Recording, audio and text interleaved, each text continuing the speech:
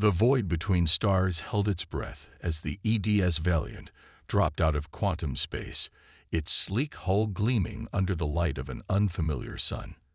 Captain Maya Patel stood at the command center, her dark eyes fixed on the holographic display, showing the devastation before them. The colony world of New Eden, once a thriving human settlement, now lay silent. Life sign scan complete, Captain. Lieutenant Sarah Chen reported, her voice tight with tension. No survivors detected on the surface. The atmospheric composition shows traces of unknown biological agents. Maya's jaw clenched.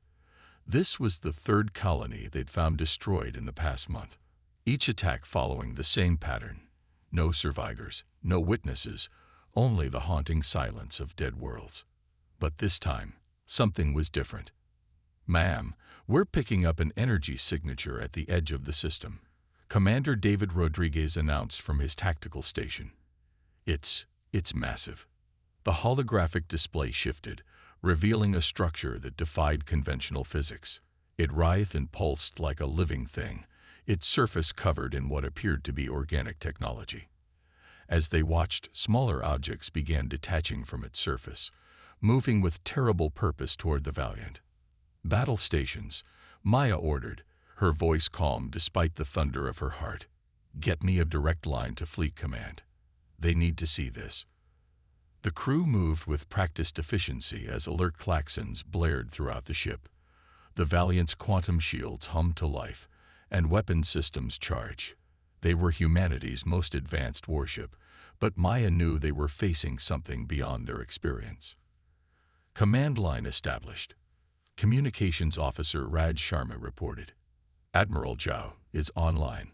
The holographic image of Admiral Helen Zhao materialized on the bridge, her weathered face grave as she took in the tactical display. "Captain Patel, what are we looking at?" "We're calling them the Swarm, Admiral," Maya replied, sending the sensor data through the quantum link. "They're unlike anything we've encountered. Their technology seems to be a fusion of organic and artificial components. And sir, they're not just targeting human colonies. We've detected similar attack patterns in 3 other species' territories." The smaller objects were getting closer, their true nature becoming clear. They weren't ships in any conventional sense. They were more like living weapons, their forms constantly shifting and adapting. "We can't let them reach Earth," Admiral Zhao stated firmly.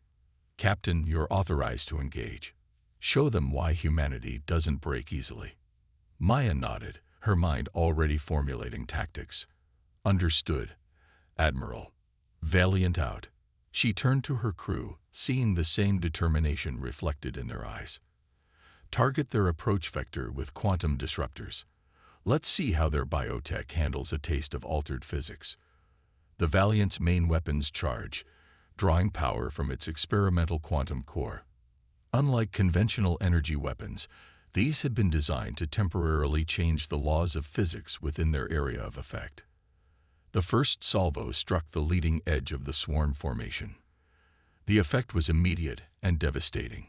Where the quantum disruption fields touched the bioships, their organic technology began to break down, unable to maintain cohesion in space where the fundamental forces behaved differently. "Direct hits," Rodriguez reported, a note of fierce satisfaction in his voice. "Their outer layer is dissolving. But Captain, the remaining units are already adapting, changing their molecular structure." Maya had expected this. The initial scans had shown the swarm's incredible ability to evolve and adapt. But humanity had spent centuries preparing for threats they couldn't imagine, developing technologies that pushed the boundaries of possibility. "Deploy the nanite swarms," she ordered. "Full spectrum assault pattern." From the Valiant's launch tubes, clouds of microscopic robots emerged, each one carrying a quantum field generator no larger than a human cell. As they engaged the enemy bioships, it became a battle of adaptation versus innovation. The swarm's organic evolution against humanity's technological ingenuity. "Nanite swarms are penetrating their outer membranes," Chen reported. "Internal systems are being compromised. But Captain, We're detecting energy buildups in the main hive structure. They're preparing something big. The massive structure at the edge of the system began to pulse with an otherworldly light. Space itself seemed to bend around it as it charged what could only be a weapon of unimaginable power. Maya made her decision instantly. Plot a quantum jump directly into their firing solution. Prepare to overload our core on my mark. Her crew stared at her for a moment before understanding dawned. It was insane, possibly suicidal, but it might be their only chance to stop whatever the swarm was preparing to unleash. Course plotted. Navigation Officer James Lee confirmed. Jump coordinates locked. The Valiant's quantum drive spun up, its advanced systems calculating the precise moment to execute their desperate gambit.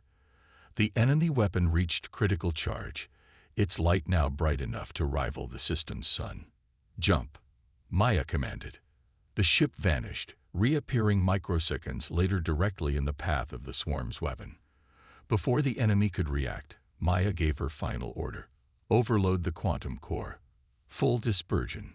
The Valiant's quantum core released its energy not in an explosion, but in a cascading wave of altered physics that spread outward like ripples in a pond. Where it touched the swarm's bioships, their very molecules lost cohesion, unable to maintain their structure in space where quantum probability itself had been rewritten. The massive hive structure tried to adapt, its surface rippling with rapid evolutionary changes, but it was too late. The quantum cascade had created a zone where the fundamental forces that allowed its biotechnology to function simply ceased to exist in any recognizable form. Target neutralized, Rodriguez reported, his voice filled with awe. The entire swarm structure it's just coming apart at the quantum level. Maya watched as their enemy dissolved into its component atoms, scattered by solar winds. They had won this battle, but she knew it was only the beginning. Somewhere out there, more swarm hives were threatening other worlds, other species. Send all tactical data to Fleet Command, she ordered. They need to know what we're facing and how to fight it. And get me a damage report. I want the Valiant ready for combat as soon as possible. As her crew carried out their orders, Maya stared at the space where the swarm had been. Humanity had spent its entire history preparing for threats they couldn't imagine, developing technologies that pushed the boundaries of possibility. Now they would show the galaxy why that preparation had been worth every moment. Lieutenant Chin, she said, set course for the nearest human colony. We need to warn them, prepare them. The war has only just begun. The Valiant's quantum drive hummed to life once more, carrying them toward their next battle. Maya knew that the coming conflict would test humanity like never before, but she also knew that her species had never backed down from a challenge. The swarm had made a fatal mistake. They had threatened not just humanity, but all sentient life in the galaxy. They would learn why that was a mistake they wouldn't live to regret. Dr. Aiden Chen stood in the heart of Project Sentinel, Earth's most advanced research facility, watching as his latest simulation crashed spectacularly. The holographic display showed another failed attempt at predicting the swarm's adaptive capabilities. 3 months had passed since the EDS Valiant's encounter, and humanity was racing against time. The quantum frequency modulation is still off, his colleague, Dr. Maria Santos, observed. She manipulated the holographic controls, highlighting the point where their defensive system had failed. Their biotechnology adapts faster than our algorithms can compensate. Aiden ran his fingers through his disheveled hair, exhaustion etched on his face. They'd been working 18-hour days, trying to develop a defense against an enemy that could evolve in real time. The stakes couldn't be higher. 17 colonies had gone dark in the past month alone. We're thinking about this wrong, he muttered, staring at the failed simulation. We're trying to predict their adaptations, but what if we could change the rules of the game entirely? The laboratory's quantum computer hummed in the background as a new idea began to form.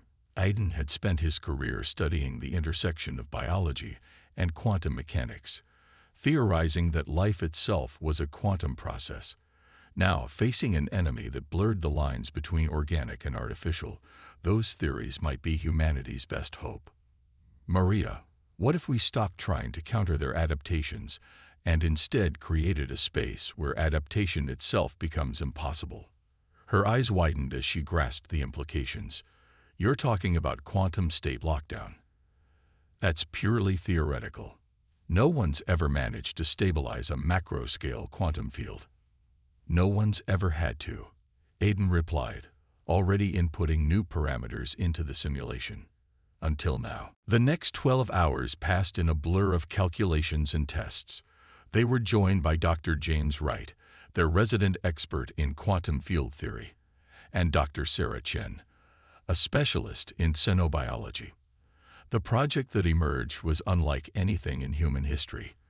A defense system that didn't just protect against attacks, but altered the fundamental nature of space-time itself.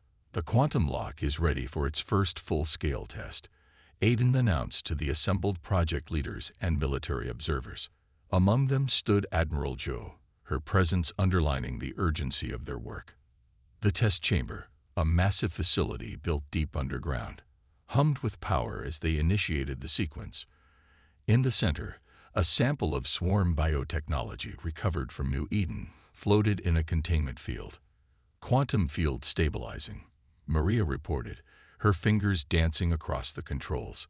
Initiating state lockdown in 3, 2, 1. The air itself seemed to crystallize around the swarm sample.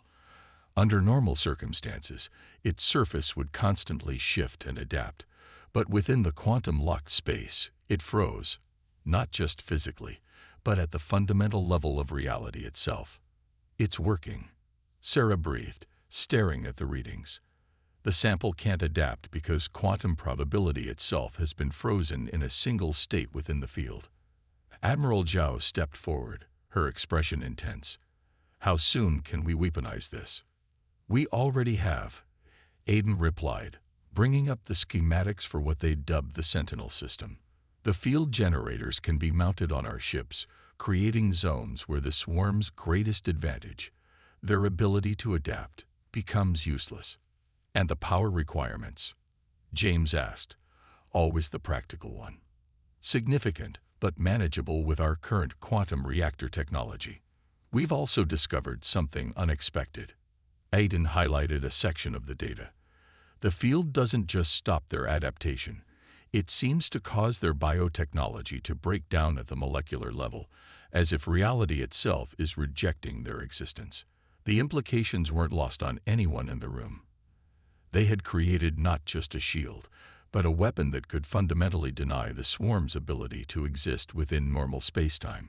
There's more, Maria added, bringing up a new set of calculations. We think we can modify the field to create corridors of altered space, regions where our ships can move freely while the swarm remains locked in quantum stasis. It would give us complete tactical control of any engagement. Admiral Zhou nodded slowly, her mind already working through the strategic possibilities. How long until we can begin installing these systems on our fleet? The prototype is ready for ship-based trials, Aiden answered. We've been working with the engineering teams to modify the EDS Valiant's quantum core. Captain Patel has volunteered her ship as the first test platform. Of course she has, Joe smiled slightly. That woman never could resist being first into the fire. Begin the installations immediately. We've detected 3 massive swarm fleets converging on the Arcturus colony. We have less than a week before they arrive. As the others filed out to begin preparations, Aiden remained in the lab, staring at the frozen swarm sample. They had created something unprecedented, a way to change the very rules that reality operated by. Yet he couldn't shake the feeling that they were still missing something crucial about their enemy. Troubled thoughts. Maria had stayed behind, her concern evident. The swarm's biotechnology, he said slowly. It's too advanced, too perfect in its adaptation. No natural evolution could produce something like this. Someone created them, Maria. Someone with an understanding of quantum mechanics that might rival our own. She was quiet for a moment, considering the implications. You think there's something bigger coming. I think, he replied carefully, that we need to be ready for anything. The swarm might just be the beginning. As if in response, the quantum computer's displays flickered with new data, readings from deep space sensors showing more swarm signatures appearing at the edges of human space. The next phase of the war was about to begin, and humanity's newest weapons would face their ultimate test. Send the final systems check to Captain Patel, Aiden ordered. The Valiant needs to be ready when the swarm reaches Arcturus. We're about to find out if we can change the rules of war itself. Admiral Sarah Corey watched from the bridge of the EDS Harbinger as the combined human fleet assembled near Arcturus colony. 40 ships strong, each vessel now equipped with Dr. Chen's quantum lock technology. The holographic display showed the swarm fleet approaching, a writhing mass of bioorganic ships that darkened the very stars behind them. "Status report," she commanded, her voice steadied despite the weight of the moment. 3 million colonists were counting on them to hold this line. "All ships report quantum lock systems online." Captain Wei Zhang responded from tactical. "The Valiant has taken point position with Strike Group Alpha. Strike Groups Beta and Gamma are in flanking formation." Sarah nodded, studying the tactical overlay. The swarm outnumbered them 5-1, but numbers had never been humanity's strength. Innovation, adaptation, and the willingness to rewrite the rules. These were the weapons that would determine victory. "Signal from the Valiant," Communications Officer Jessica Torres announced. "Captain Patel reports their quantum core is primed and ready. They're requesting permission to initiate Phase 1. "Permission granted," Sarah replied. "All ships prepare to execute Battle Plan Prometheus. Show these bastards why you don't corner humanity." The fleet moved with practiced precision, forming a three-dimensional geometric pattern that looked chaotic to the untrained eye, but represented months of careful planning. Each ship's position had been calculated to create overlapping fields of quantum-locked space. "Swarm fleet entering weapons range in 30 seconds, Wei reported. "They're launching their first wave of bioships." Sarah watched as thousands of smaller entities detached from the main swarm fleet, their forms constantly shifting as they accelerated toward the human lines. This was the moment of truth, the first real test of their new technology. "Strike Group Alpha, you have weapons free," she ordered. "Initiate quantum lock fields." The space between the fleets suddenly crystallized as overlapping fields of altered reality spread outward from the human ships. The effect on the approaching swarm vessels was immediate and devastating. Caught in spaces where quantum probability itself had been frozen, their biotechnology began to break down at the molecular level. "Direct hits across all sectors," Wei announced, unable to keep the excitement from his voice. "Swarm adaptations failing. Their first wave is, they're literally falling apart, Admiral." But the main swarm fleet was already reacting, their larger vessels pulling back and beginning to emit some kind of energy field that seemed to stabilize their quantum structure. They were adapting, just as Dr. Chen had warned they would. "Phase 2, Sarah commanded. "Strike Groups Beta and Gamma. Execute pincer movement. Activate quantum corridors."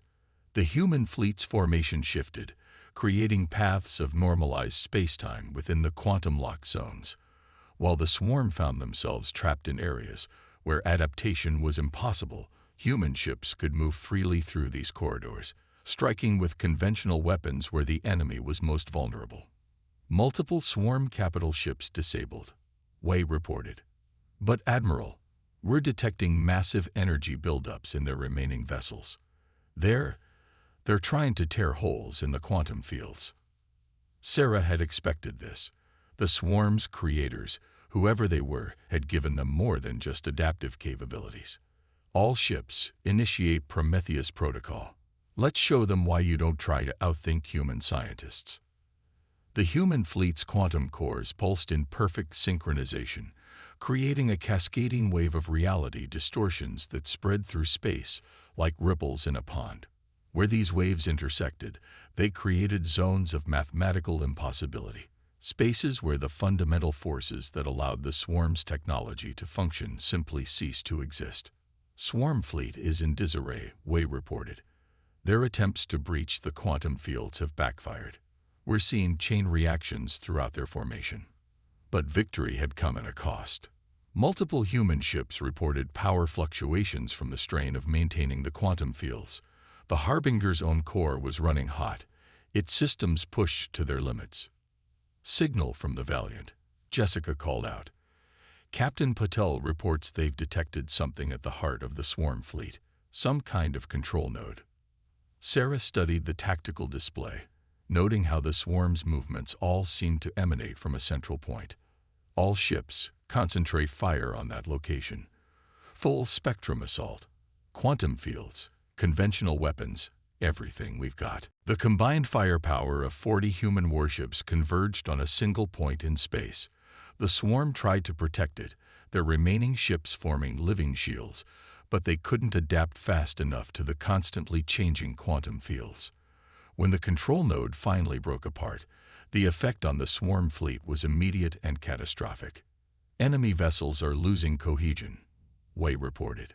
"Without the control node, their adaptive capabilities are failing. They're dying, Admiral." Sarah watched as the mighty swarm fleet dissolved into clouds of inert matter, their once fearsome biotechnology reduced to its component atoms. But she felt no satisfaction, only grim determination. This was just one battle, and she couldn't shake the feeling that they still didn't understand the true nature of their enemy. "Begin recovery operations," she ordered. "I want every piece of salvageable swarm technology collected and sent to Dr. Chen's team. And get me a channel to Fleet Command. They need to know what we've learned here." As the fleet moved to secure the battlefield, Sarah studied the tactical recordings of the engagement. The swarm had demonstrated capabilities beyond what they'd seen before, and their attempts to breach the quantum field suggested a deeper understanding of the technology than should have been possible through mere adaptation. "Something to share, Admiral." Captain Zhang had noticed her concern. "We won today because we surprised them," she replied quietly. "We changed the rules of the game in ways they weren't prepared for. But next time," she gestured to the recordings, "next time, they'll be ready for us. We need to understand not just how to fight them, but who created them and why." The battle for Arcturus was over, but Sarah knew the war was far from finished. Somewhere out there, the architects of the swarm were watching, learning, and preparing their next move. Humanity had proven that it could stand against the foot soldiers. Now they needed to prepare for the generals. Commander Marcus Santos led his team through the twisted corridors of the disabled swarm high ship, each step carefully placed in the altered gravity. Their quantum stealth suits, the latest innovation from Project Sentinel, bent light and probability around them, making them nearly invisible to the swarm's organic sensors. "Movement ahead," Lieutenant Emma Chen whispered through their neural link, her sensor pack detecting subtle vibrations in the living walls around them. Multiple signatures, non-standard pattern. Marcus raised his fist, signaling the team to hold position. The corridor ahead pulsed with bioluminescent light, casting strange shadows that seemed to move of their own accord. After the Battle of Arcturus, Fleet Command had authorized Operation Shadow Strike, a series of covert missions to infiltrate damaged swarm vessels and gather intelligence about their creators. Different from the other high ships, Dr. Raj Kumar observed, his specialized sensors recording everything. The biological components show signs of recent mutation. They're still adapting, even without the control node. Marcus processed this information, comparing it to their previous infiltrations. Each swarm vessel they'd explored had been slightly different, as if the entire species was conducting an enormous evolutionary experiment. But this ship felt wrong in a way he couldn't quite define. "We proceed to the central chamber," he decided. "But stay alert. Something about this one isn't following the usual patterns." The team moved forward, their quantum stealth suits automatically adjusting to match the ever-changing biological patterns of their surroundings. They had trained for months in simulated environments, learning to move like predators through the swarm's organic architecture. Contact. Emma suddenly broadcast. 3 o'clock high. A section of wall that had appeared solid suddenly rippled, revealing a new type of swarm drone.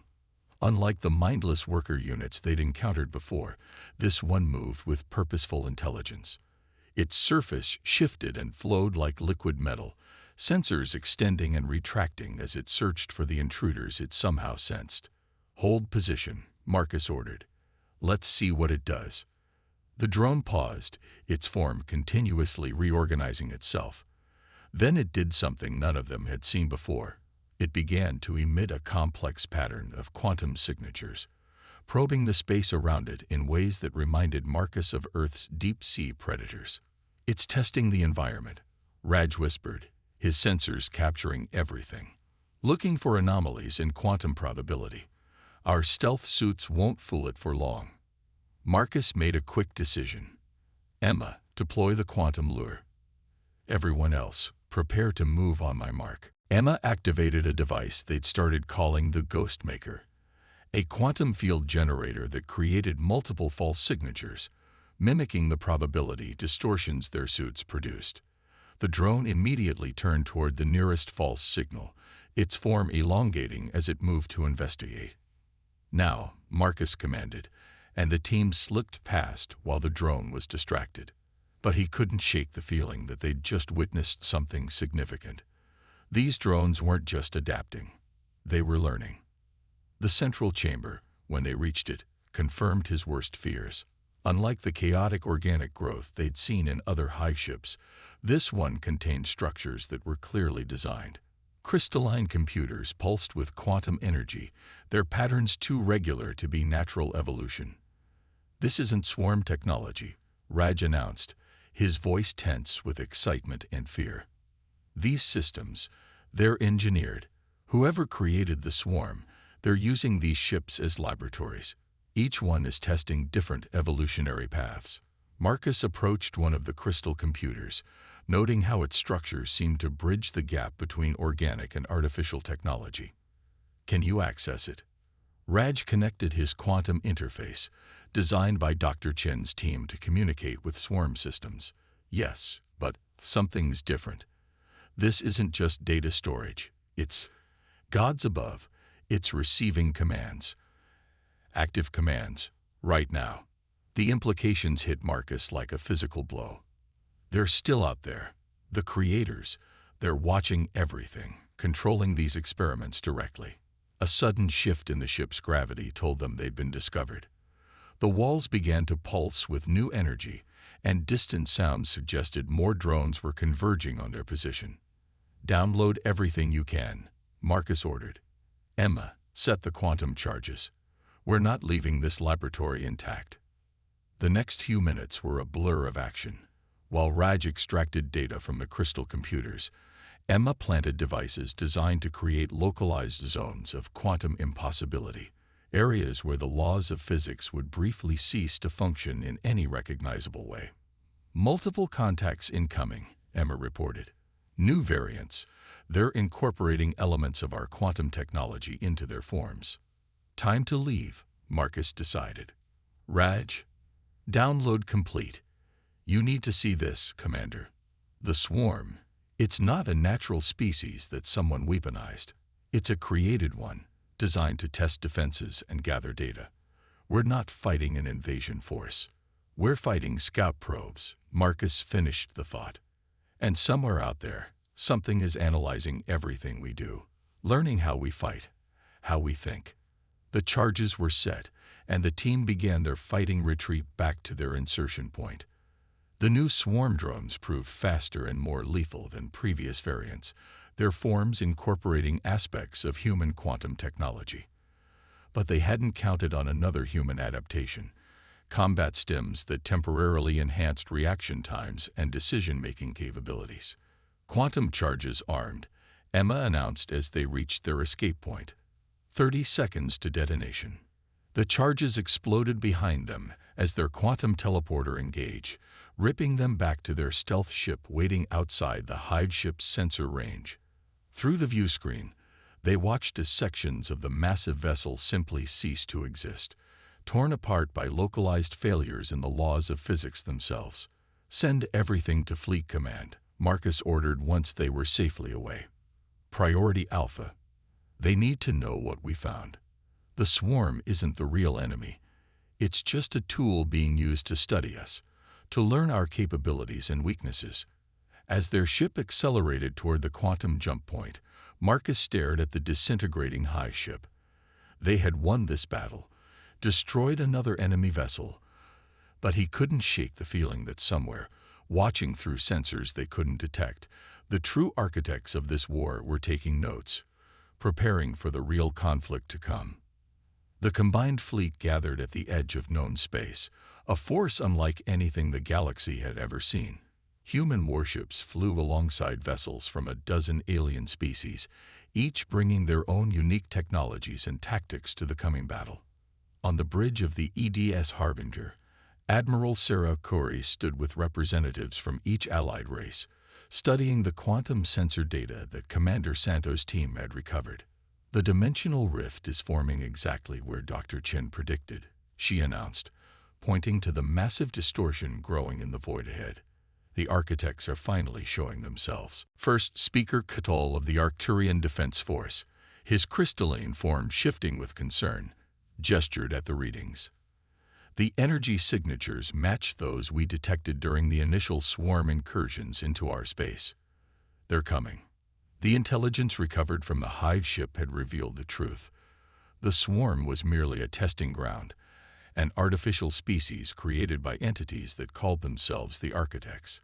They had seeded the galaxy with their biological weapons, studying how different civilizations responded, preparing for their own invasion. "All ships, battle positions," Sarah commanded. The fleet moved with practiced coordination, forming the complex geometric patterns that would allow their quantum technologies to work in concert. Dr. Chen's latest breakthrough had allowed them to synchronize the quantum fields of different species technologies, creating defensive and offensive capabilities beyond what any single race could achieve. Multiple contacts emerging from the rift, Captain Maya Patel reported from the Valiant. "Class: unknown. They're like nothing we've seen before." The Architect vessels defied conventional physics, their forms existing partially in other dimensions. They made the swarm's bioships look primitive by comparison, but humanity and their allies had spent months preparing for this moment, developing technologies and strategies specifically to combat an enemy that could manipulate reality itself. "Execute Protocol Unity," Sarah ordered. Across the fleet, quantum cores pulsed in harmony, creating a lattice of stabilized space-time that prevented the Architects from shifting between dimensions. It was humanity's greatest innovation, the ability to lock their enemy into a single reality where they could be fought. The Architects' response was immediate and devastating. Their ships released waves of energy that began unraveling the quantum lattice, demonstrating mastery over physics that bordered on the magical. But they hadn't counted on the combined ingenuity of multiple species working together. "Now," Sarah commanded. The Allied fleet split into predetermined groups, each executing specialized tactics. Arcturian crystal ships projected fields that refracted the Architects' energy attacks. Meridian phase shifters slipped through gaps in their defenses, and human vessels, led by the Valiant, deployed their newest weapon, quantum inverters that turned the Architects' own dimensional mastery against them. The battle that followed would be spoken of for generations. The Architects possessed technology far beyond any single species, but they faced something they had never encountered in their studies: multiple civilizations working in perfect concert, each compensating for the other's weaknesses, creating battlefield synergies their simulations had never predicted. "Their flagship is destabilizing," Maya reported. "The quantum inversions are working. They can't maintain their dimensional shifts." The massive Architect vessel at the center of their formation began to glow with impossible colors as its control over reality slipped. But instead of retreating, it began channeling energy directly from other dimensions, preparing a weapon that threatened to tear space itself apart. "All ships, execute final protocol," Sarah ordered. This was the moment they had planned for, the reason they had spent months synchronizing their technologies and training their crews to work as one. The entire Allied fleet, over 300 ships from 12 different species, activated their quantum cores simultaneously. The energy was channeled through Arcturian crystal matrices, focused by meridian phase lenses, and guided by human quantum computers. The resulting beam struck the Architect flagship just as it prepared to fire its dimensional weapon. The effects transcended normal physics. The synchronized quantum fields created a cascade of reality failures that trapped the Architect vessel in a loop of collapsing dimensions. Unable to shift away, unable to stabilize their technology, the entities that had terrorized the galaxy through their swarm proxies found themselves trapped by the very laws of physics they had sought to manipulate. The rift is collapsing, Dr. Chen reported from his position in the science bay. Their dimensional anchor points are failing. If we maintain the quantum fields, they won't be able to return. Sarah watched as the mighty Architect fleet, caught in overlapping fields of altered spacetime, began to break apart. Their technology, dependent on the ability to exist in multiple realities simultaneously, couldn't function in the artificially stabilized space created by the Allied fleet's quantum networks. They're attempting to communicate, Kital announced suddenly. Transmitting on all frequencies. They're surrendering. The command deck fell silent. After all the destruction, all the deaths caused by their swarm experiments, the Architects were facing something their studies hadn't prepared them for: defeat at the hands of lesser species working together. Open a channel, Sarah ordered. When the communication link was established, she spoke with the authority of not just humanity, but all the species that had united against this threat. Your surrender is accepted with conditions. Your swarm experiments end now. Your dimensional technology will be contained, and you will face justice for the worlds you destroyed. The response came in the form of pure data, translated by their combined computer systems. We sought to understand evolution through conflict. We did not predict cooperation on this scale.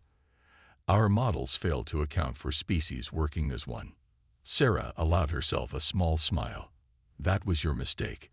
You thought you could study us like specimens in a laboratory, but you never understood the most fundamental aspect of life. When faced with extinction, different species don't just fight harder. They find ways to work together, to become stronger than the sum of their parts. As Allied ships moved to secure the disabled Architect vessels, Sarah looked around at the representatives of different species on her bridge. Humanity had reached for the stars expecting to find enemies, preparing for war. Instead, they had found friends, allies, and the strength that comes from true cooperation.